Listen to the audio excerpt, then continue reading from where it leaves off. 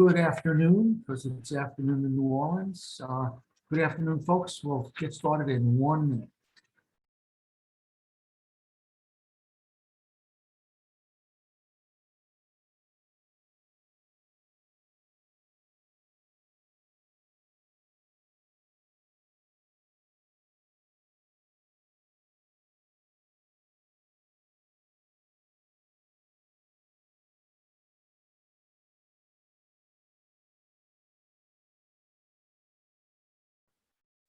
Okay, let's go ahead and get started.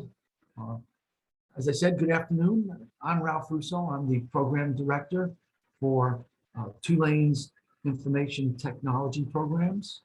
And with me today, Dr. Bill Riles is not here. He won't be here today, but with us today is our senior academic advisor for information technology programs, Brittany Andel. Hi. Let's get started. So the first thing I'd like to, and by the way, I'm going to stick around and we're going to open it up to questions. So just make a list of any questions you want or drop them in the chat if you want, and we promise to answer all of them. To get started, though, you should know a little bit about the institution.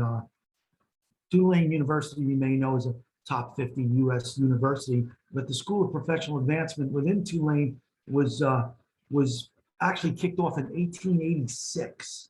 So, you know, there's a lot of Johnny-come-latelys to adult education and advancing careers and career changers. And this is very much where education is going these days. But you should know that Tulane has been doing that since 1886, and the university was founded in 1834. So definitely, that's even older than I am. So that's definitely going back a while.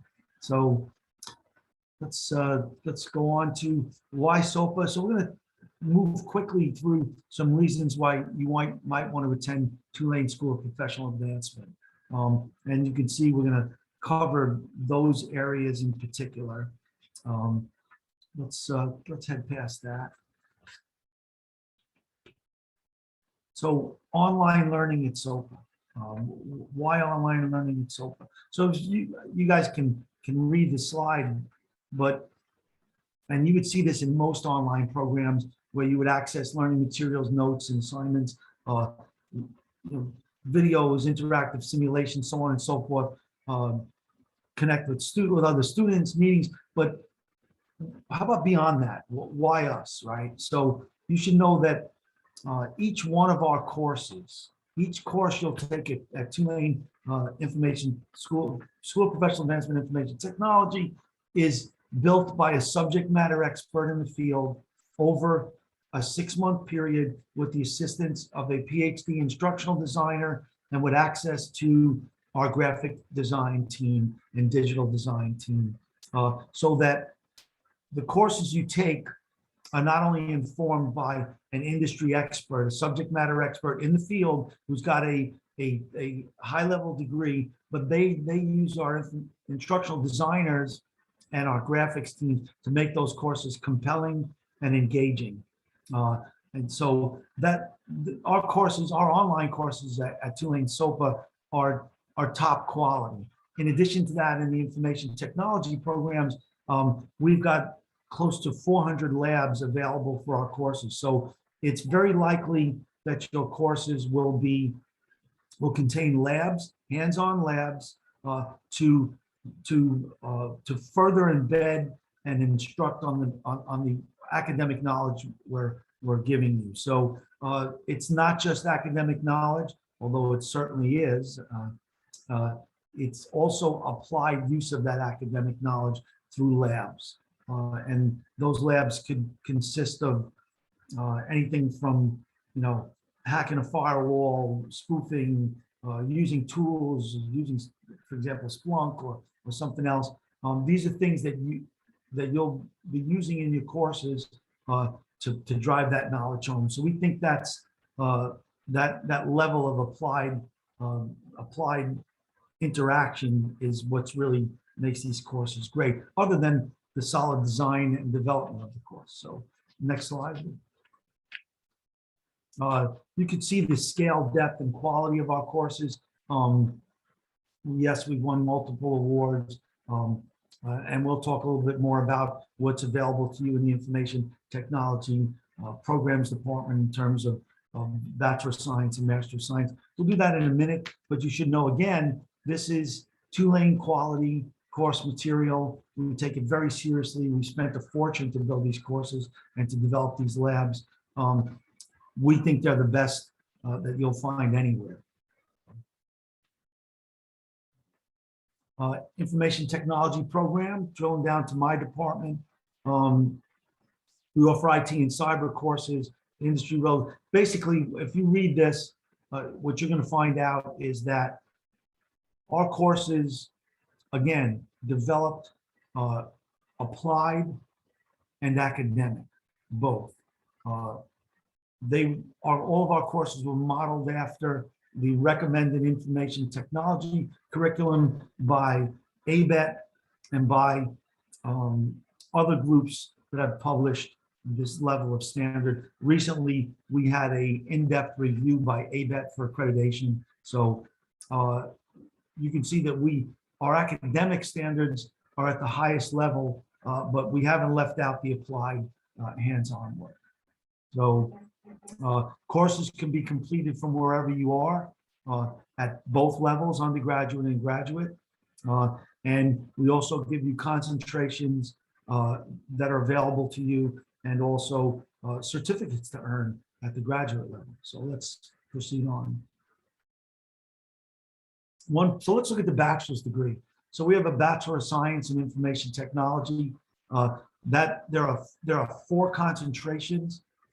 There is integrated application development, product and program support, which is stuff like Scrum Masters, project managers, product managers, business analysts, requirements engineers, and I could go on for a while. But that product and program support are the wrappers around the technical work. And so that's needed every bit as much as the technical work to succeed. Governance, process, procedure, risk, very much engaged in that particular concentration. Enterprise systems and cloud encompasses what used to be network administration and infrastructure. They're embedded in this course along with cloud, because those aren't separate things anymore, really. Those are all part of a modern infrastructure. And then, of course, cybersecurity. Then we do have another way. You can also earn a Bachelor of Science in Information Technology without a concentration. And if you want to have a wider degree of knowledge available to you without specializing, that's something else we offer. So 4 concentrations or bachelor's without a concentration. We also offer a 4+1 option, which allows you to take 2 graduate courses while still an undergraduate and have them count at both the undergraduate level and at the graduate level.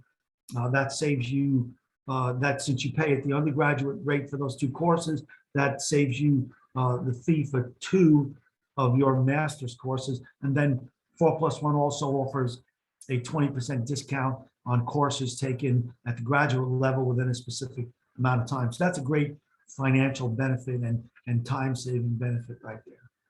Next slide. So our master's programs.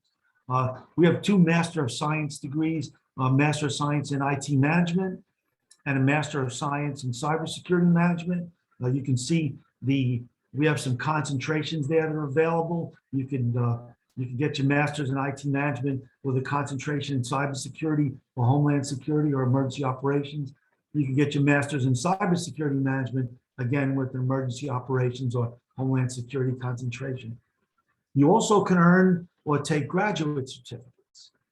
We have 6 graduate certificates, and one of them I'll talk about on a slide coming up, but cyber defense, cyber leadership, IT strategic planning, technology architecture, and data science and cloud.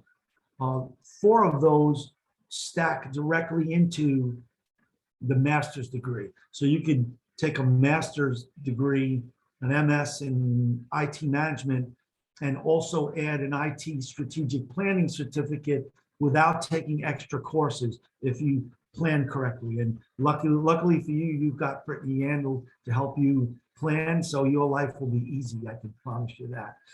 So there are ways, and if you're taking a master's in cybersecurity management, you could stack in a cyber defense, cyber leadership, or even an IT strategic planning certificate into that master's degree if you work with Brittany to plan without taking extra courses. Just the basic.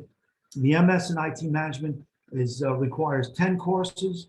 The master's in cybersecurity management requires 11 courses. So we've also got a data science and cloud certificate, which may be of interest to you, deals with artificial intelligence, big data, and related topics. We could also find a way to stack that into your master's, although you'll have to work with Brittany or I to do that, to help you do that. So those are the graduate certificates. You can take them outside of a master's program if you want to start with a graduate certificate and then sign into the master's degree later and then stack those courses in. That's also available to you. So, next slide. So the one certificate I did not talk about is our Cyber Fundamentals grad certificate.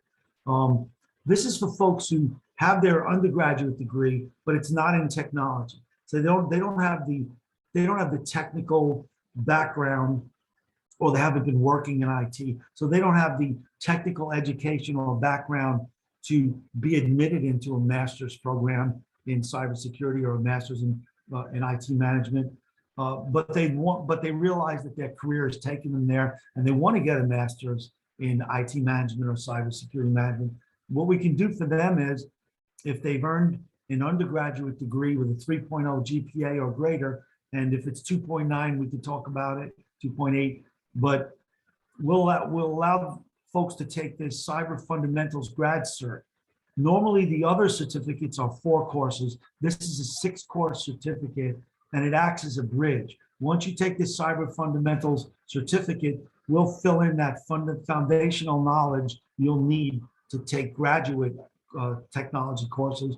And by doing that, if you take our fundamentals graduate certificate and you get a 3.0 in that cert or better, we will admit you into our master's in cybersecurity management or IT management, if that's what you want to do. So this acts as a bridge for people who don't have a technical undergraduate degree but want to be in graduate school and get a master's in cybersecurity or IT management.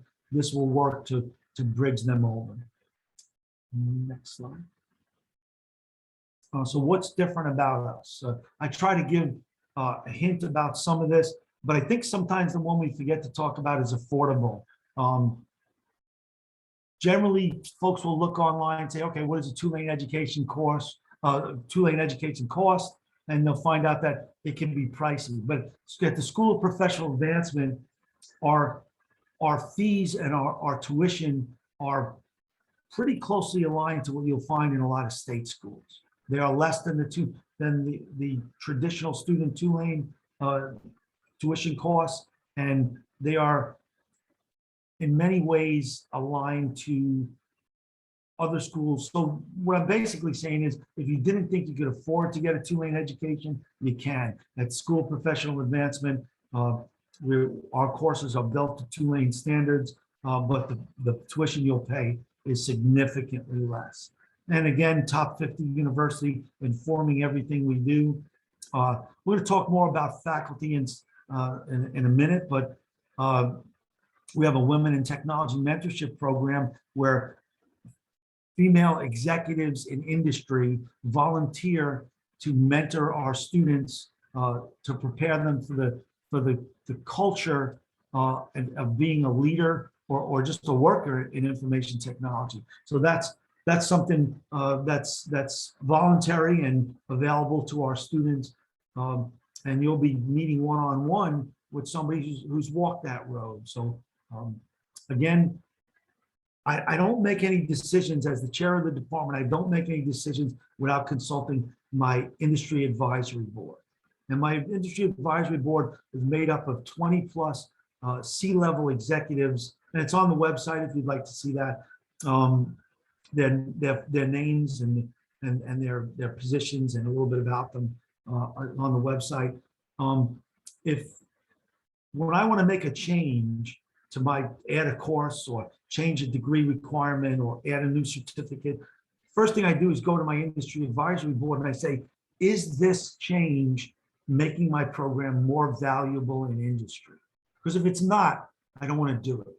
I want you to leave with a Tulane academic education that provides immediate value in the workplace, where whatever work, non-governmental organizations, traditional industry, corporation, Fortune 500, startup, we want you to be able to provide immediate value. The industry advisory board makes sure that everything I do is tuned to what executives in the industry say they want.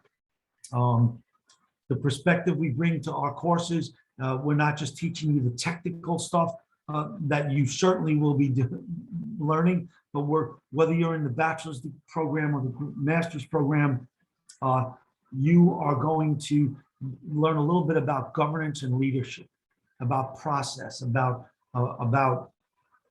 risk, about all the areas that surround the technical to make you successful. Tulane students are expected to go out and conquer the world in whatever they choose to do.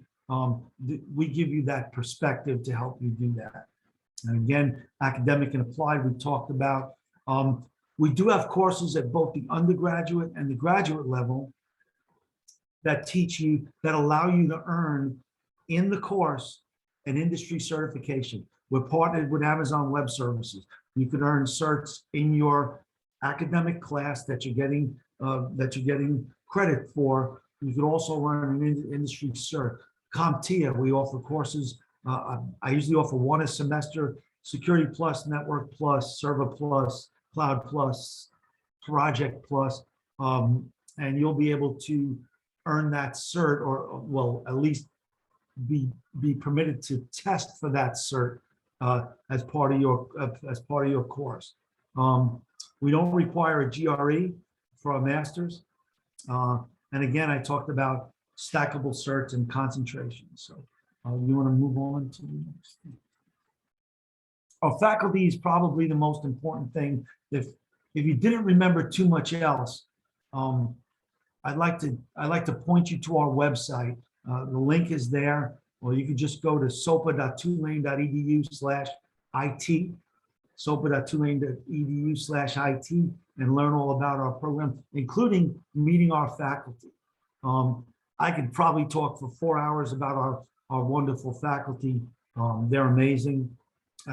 They are across the industry. They are absolute top subject matter experts in the areas they're teaching, and they've succeeded themselves. So what they're teaching you won't be something that was relevant 20 years ago, unless it's relevant today, because they are dealing with it at their workplace right now. So if somebody's talking to you about how Scrum and ITIL and DevOps dovetail, they're probably implementing that at their workplace right now. And so, next.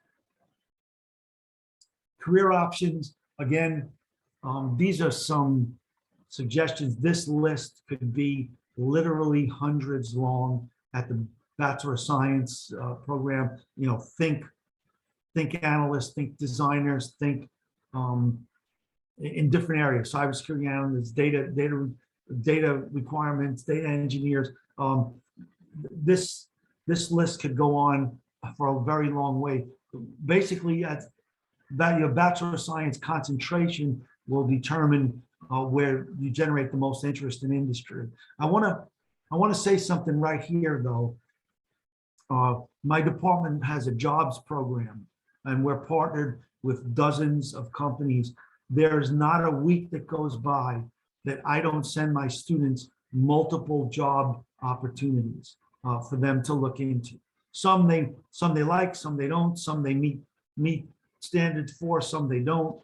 but there is not a week that goes by that I don't send multiple job opportunities to my students. And so our internal jobs program, right in the information technology programs department, is going to be very helpful. And many of our students have gotten jobs just through that program. So that's something to remember. Secondarily, we also run professional development events, probably once a semester, where we pick a topic that is not a topic you'll be learning in courses, but which is still a skill you'll need in industry. And we bring in an expert and we do a professional development event. For example, in last semester, we did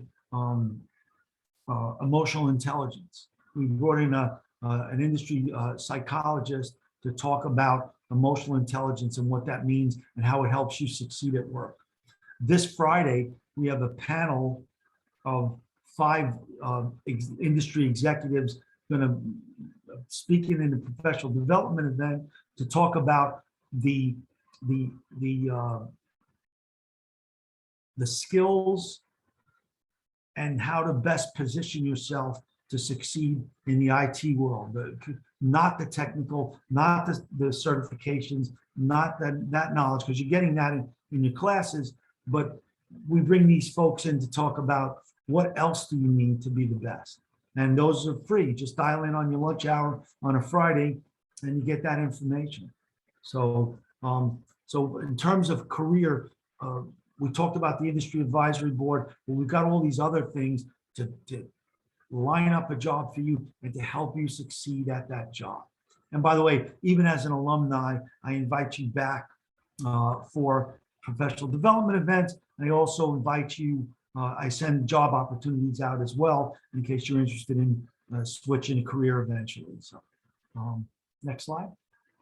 Here's the masters. Again, there's a lot of jobs listed there. That does not even scratch the surface. Every company aligns themselves slightly differently, but we think that our master's degrees, which are management degrees, are going to prepare you for the technical, but they're going to prepare you to run a technical operation, whether it's as a CISO or just a cybersecurity manager in a larger operation, or a manager in an IT service management company, or there's just so many ways you can go. So at the master's level, we're going to give you hands-on technical exposure, but we're going to graduate that immediately into what it means for somebody to lead that technical operation. So.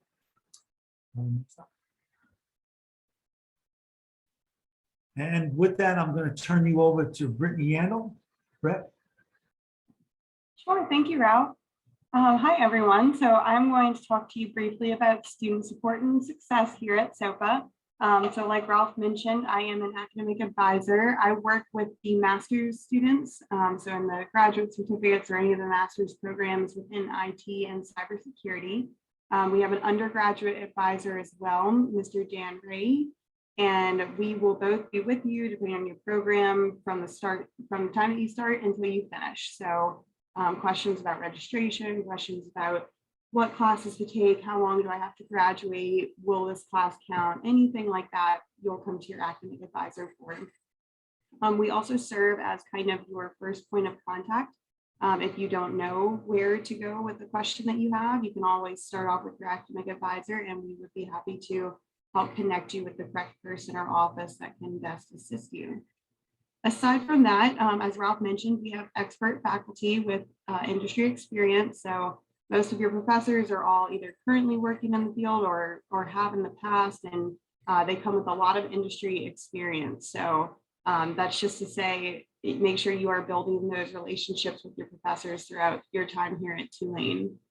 We also have a dedicated career advisor here at SoPA, Ms. Cynthia Washington, and she can help you with anything career related. So whether or not you want to do a mock interview, you need to update your resume, you need to build a cover letter, you just want some general guidance on maybe where to start a job search, Cynthia would be a great point of contact to start with.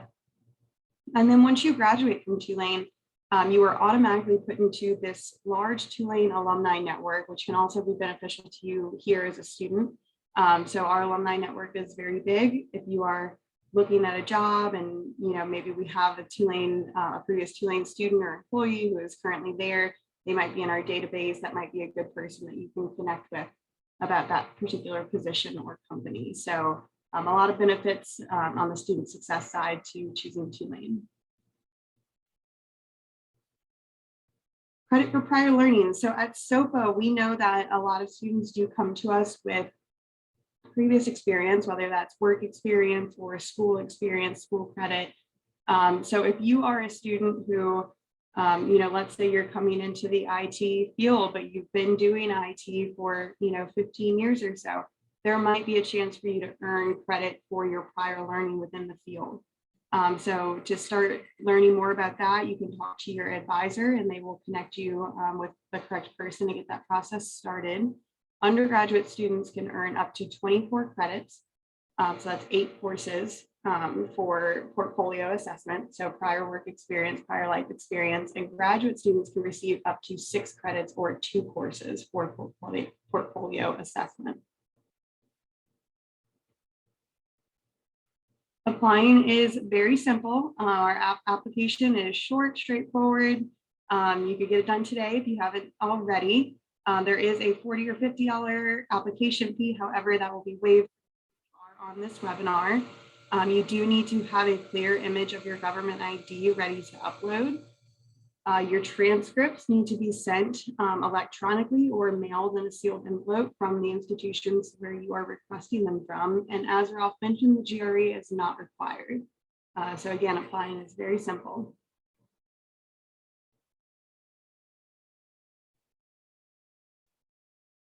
So graduate application requirements. So for the graduate programs, aside from the cyber technology fundamental certificate, like Ralph mentioned, if you don't have a background in IT or cyber, that's your way to go to usually get into the graduate programs. But the application requirements, if you have a BA or BS degree with a major in mathematics, computer information systems, computer science, information sciences, engineering, or statistics.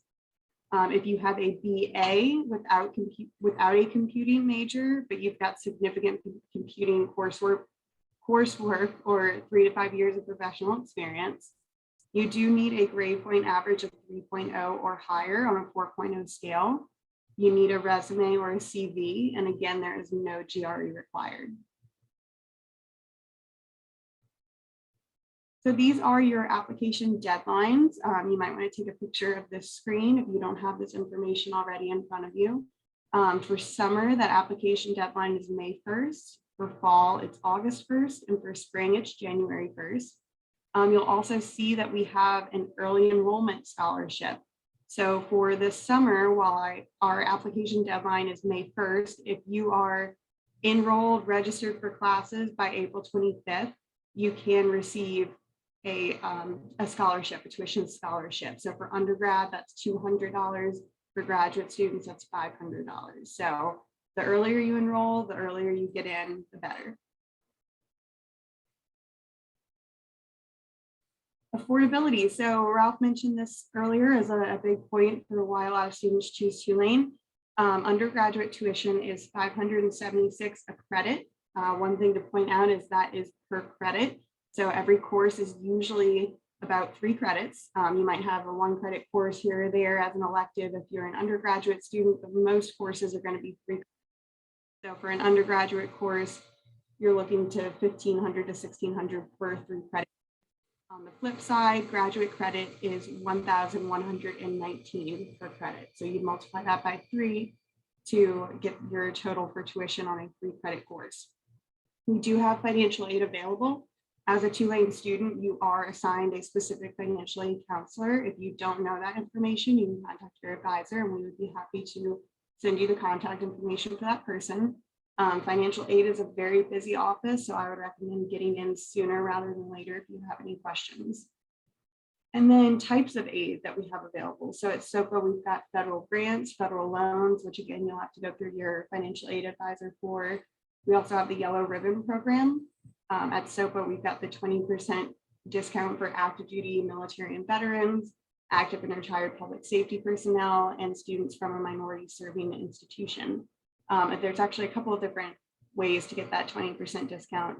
So feel free to reach out to your advisor for more questions about that. And then of course you can earn up to 24 credits of work or of credit for work and life experience. And that's for undergrads or 6 credits for graduates.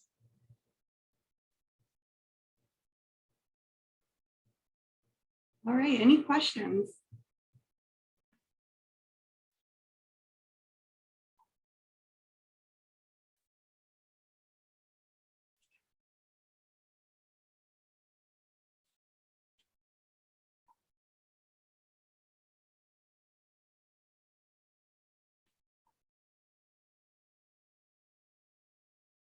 You're welcome, Tucker. And it looks like in the chat, also earlier, Josephine, it looks like you saw that, but I put in the contact information for the Office of International Students and Scholars. How will you know when the application fee is waived? So once you've submitted your application, you should be notified on the portal that you don't have a fee. If for some reason you don't see that and you are being charged an application fee, just reach out to one of us here. I'll put my email in the chat, and we will contact admissions.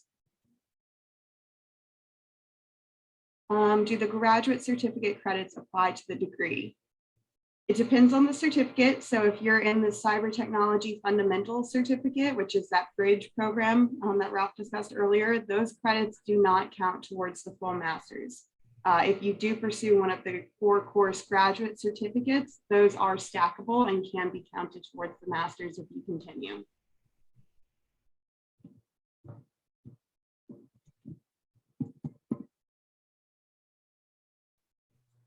Those are good questions.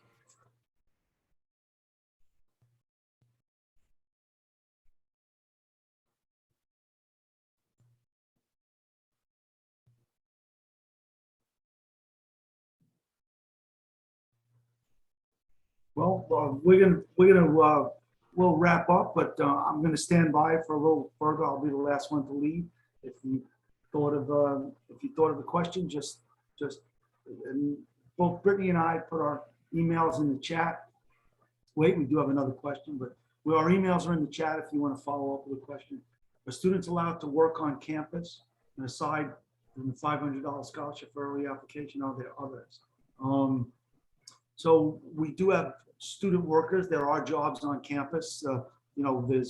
That's something you'd have to apply for and get selected. But I do have students that work as student workers somewhere on the campus. And of course, you want to work full-time for Tulane. There's an entire website devoted to recruitment for positions at Tulane.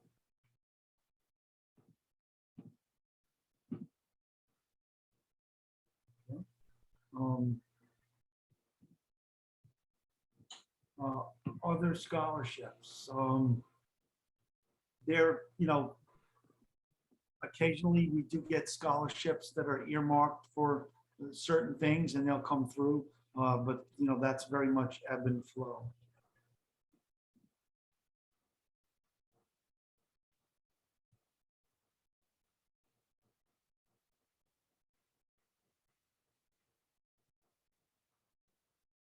So it looks like Kevin is asking, are the courses usually synchronous or asynchronous? Ralph, did you want to speak to that?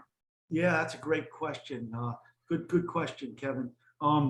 So I have both types of courses. Let me tell everybody what asynchronous and synchronous is.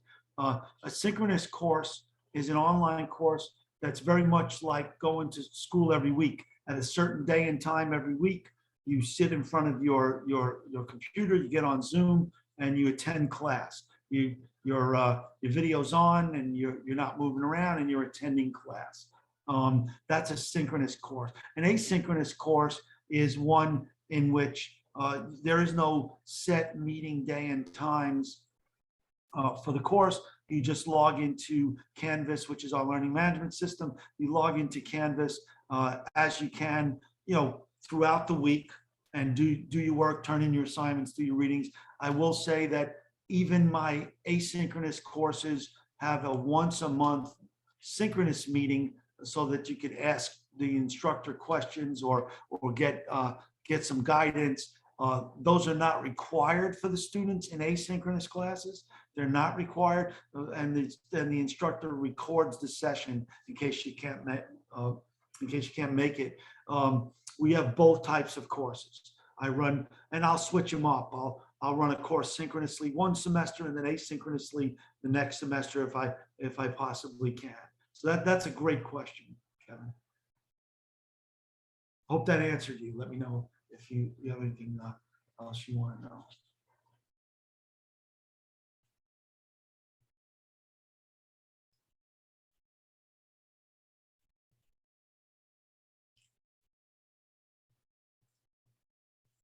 Oh, great. Glad to help. Okay, well, with that, unless folks have other questions, you guys can drop, and I'll just hang back, and I'll be the last one to leave. Thank you, everybody. Have a great day. Hey, click on those links in the chat before you leave. This way they don't disappear on you. And yes, that is a Brooklyn accent, for those wondering.